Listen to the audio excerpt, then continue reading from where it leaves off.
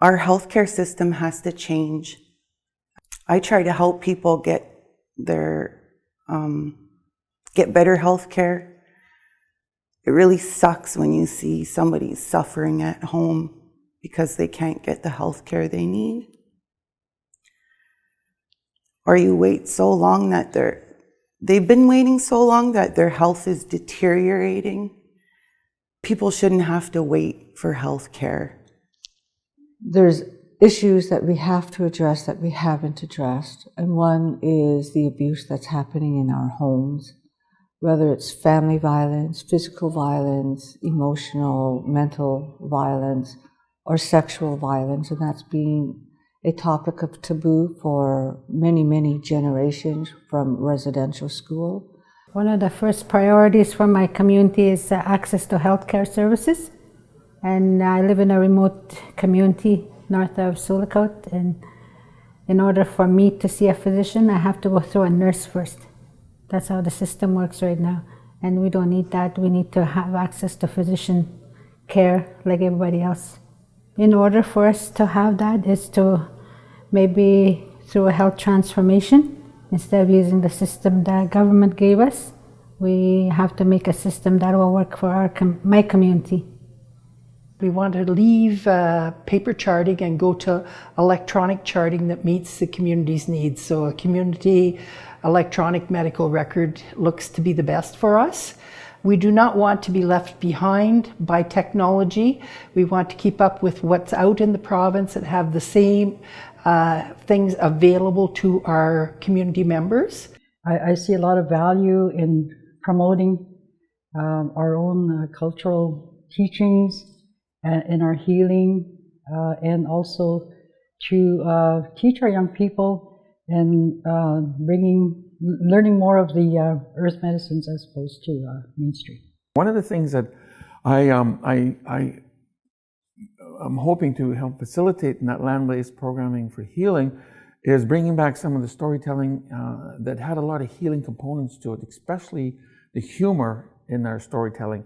And in our tradition, the Temagami First Nation, we have a lot of storytellers that had brought that component of humor into the community and that loving and embracing kind of relationship inside our people. We have quite a bit of programs geared at youth.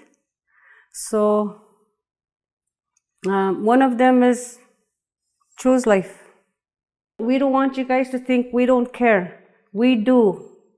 I have so much compassion for them. I don't want to lose anyone to drugs. I don't want anyone to die there. I want them to know we support and we love them. We do care. It has to come from our hearts. One of the top priorities in the health area for our community is mental health and addictions.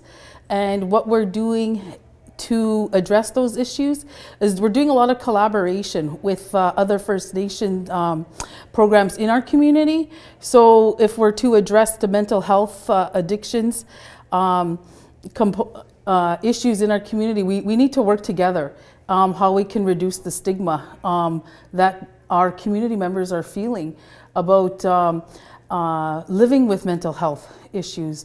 We did take an initiative on the drugs, opiates. We have a big issue in our community, and our health center staff has decided to train our youth as young as 7 to take the naloxone training. And my other comment is about Jordan's Principle. We were told to promote Jordan's Principle. So we went out and promoted it, and I feel this is where we are today, picking apart Jordan's Principle because of the way it rolled out and what we were told. And now we are jumping through hoops just to access this dollars for our communities. So I just wanted to see it work better for us. And also another comment is just looking to the health reformation and being a part of it. This whole process and working with the government, I feel is a good thing, because in this time and day we are meshed together. It's not going to change. So we need to start utilizing them better than what they want to give us. Like, we want to have that open conversation with them. But I see change happening. I see good things happening. But I feel that we need more of a voice out there from more communities to make sure every community has their voice and their opinion. When I think about a priority, I think about looking back a little bit. And when I think about looking back, I'm not thinking of looking back about the pain and about the trauma and about all this stuff, but I'm thinking of looking back to the greatness that's in our blood. And when we think about how we are now, as opposed to how we used to be, we were strong much longer than in the current state that we're in. We were incredibly strong. We were resilient. We were the masters of the land and the environment. We were just completely just awesome in every single way.